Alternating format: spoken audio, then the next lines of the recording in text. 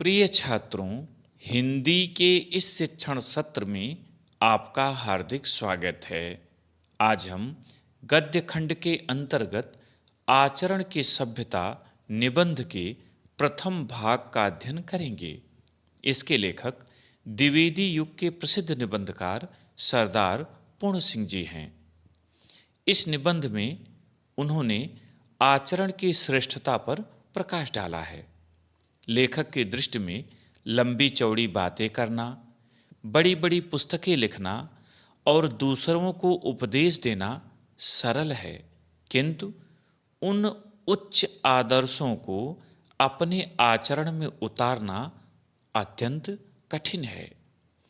जिस प्रकार हिमालय की सुरम्य चोटियों की रचना में प्रकृति को लाखों वर्ष लगाने पड़े, उसी प्रकार एक श्रेष्ठ आचरण के निर्माण में मनुष्य को लाखों वर्षों की साधना करनी पड़ी है।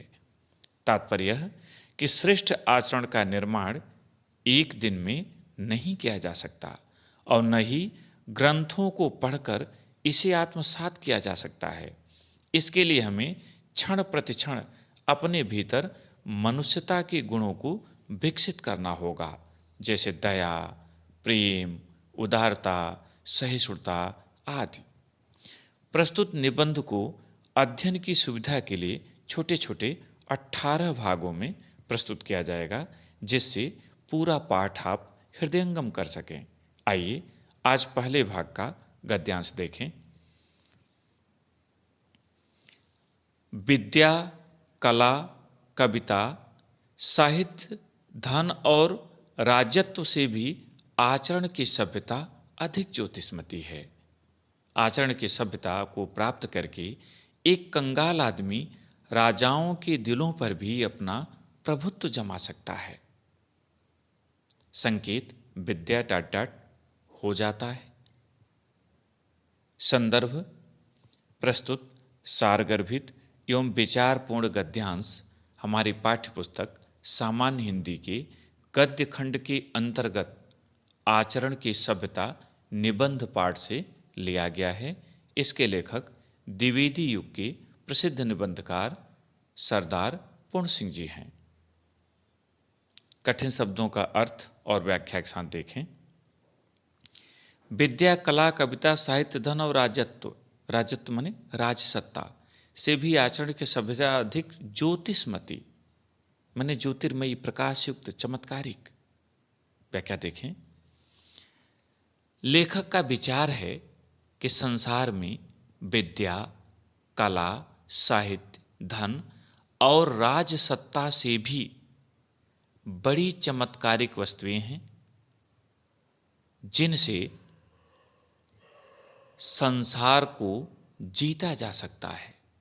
अर्थात संसार में विद्या, कला, साहित्य, धन और राजसत्ता ऐसी वस्तुएं हैं जो व्यक्ति को प्राप्त हो जाएं तो वह पूरे संसार को जीत सकता है। आचरण की सभ्यता को प्राप्त करके कंगाल आदमी राजाओं के दिलों पर भी अपना प्रभुत्व जमा सकता है, किंतु इन सबसे अधिक प्रभावशाली आचरण की सभ्यता है। सदाचरण से कोई भी व्यक्ति निर्धन होते हुए भी, अकिंचन होते हुए भी संसार के धनवानों के हृदय पर, राजाओं के हृदय पर अधिकार कर सकता है, राज्य कर सकता है। इस सभ्यता के दर्शन से कला, साहित्य और संगीत को अद्भुत सिद्धि प्राप्त होती है। लेखक कहता है कि जैसे ही व्यक्ति के भीतर इस सभ्यता के दर्शन हो जाते हैं, वह दर्शन, कला, साहित्य और संगीत में नई ऊंचाइयों को छू लेता है। राग अधिक मृदु हो जाता है। लेखक कहता है कि इस सभ्यता के अपने भीतर आ जाने से व्यक्ति के राग में ऐसी मधुरता आ जाती है कि सुनने वाला दंग हो जाता है, वह वाह वाह कर चुकता है, वह उसका अनुयायी बन जाता है। विद्या का तीसरा शिव नेत्र खुल जाता है। लेखक कहता है कि श्रेष्ठ आचरण वाले व्यक्ति के द्वारा अर्जित की गई विद्या संसार के लिए मूल्यवान हो जाती है, कल्याणकारी हो जाती है। चित्रकला का मौन राग अलापने लगता है, अलापना माने बोलना। और चित्रकला की भाषा यद्यप मौन होती है, किंतु जब उसमें श्रेष्ठ आचरण समाहित हो जाता है तो उसकी वाक शक्ति में ऐसा चमत्कार उत्पन्न हो जाता है कि बिना बोले ही वह बड़े से बड़े वक्ता को चुप कर देती है। लेखक की लेखनी थम जाती है।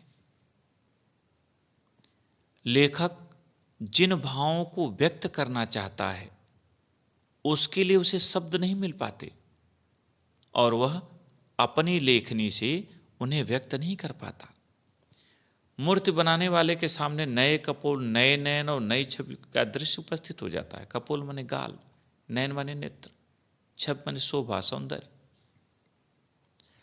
और जो मूर्तिकार होता है, मूर्ति बनाने वाला होता है, मूर्तियां गढ़ने वाला होता है, उसके सामने ऐसे ऐसे भाव आ जाते हैं कि उन्हें गढ़ने में उनके गालों को, नेत्रों को, मुख को चित्रित करने में मूर्तिकार के सामने एक नई चुनौती उपस्थित हो जाती है, क्योंकि मौन रूप से ये ऐसा भाव प्रकट कर देते हैं कि उन्हें प्रकट करना, प्रत्यक्ष करना सरल नहीं होता। इस पर आधारित प्रश्नोत्तर देखें। पहला प्रश्न है, प्रस्तुत गद्यांश का शीर्षक तथा लेखक का नाम लिखिए। उत्तर, प्रस्तुत गद्यांश का शीर्षक आचरण की सभ्यता तथा लेखक का नाम सरदार पूर्ण सिंह है। दूसरा प्रश्न, रेखांकित अंश की व्याख्या कीजिए। विद्या, कला, कविता, साहित्य, धन और राजत्व से भी आचरण की सभ्यता अधिक ज्योतिषमती है। आचरण की सभ्यता को प्राप्त करके एक कंगाल आदमी राजाओं के दिलों पर भी अपना प्रभुत्व जमा सकता है। ये रेखांकित अंश है और इसकी व्याख्या संक्षेप में आपको इस प्रकार लिखनी है। उत्तर, लेखक का विचार है कि संसार में विद्या, कला, साहित्य, धन एवं राजसत्ता आदि से व्यक्ति अशेष संसार को जीत सकता है, संपूर्ण संसार को जीत सकता है, किंतु आचरण की सभ्यता इनसे भी अधिक प्रभावशाली है। सदाचरण से एक निर्धन व्यक्ति भी संसार के धनवान व्यक्तियों एवं राजाओं के हृदय पर अधिकार कर सकता है, उन पर राज्य कर सकता है। तीसरा प्रश्न, आचरण की सभ्यता का संसार के सभी ऐश्वर्यों में क्या स्थान है? उत्तर, आचरण की सभ्यता का संसार के सभी ऐश्वर्यों में सर्वोच्च स्थान है। चौथा प्रश्न, किसके कारण कंगाल व्यक्ति राजाओं के दिलों पर भी अपना प्रभुत्व जमा सकता है? उत्तर, आचरण की सभ्यता के कारण कंगाल व्यक्ति राजाओं के दिलों पर भी अपना प्रभुत्व जमा सकता है। पांचवा और अंतिम प्रश्न, प्रस्तुत गद्यांश में वक्ता के चुप होने और लेखनी के थम जाने का क्या आशय है?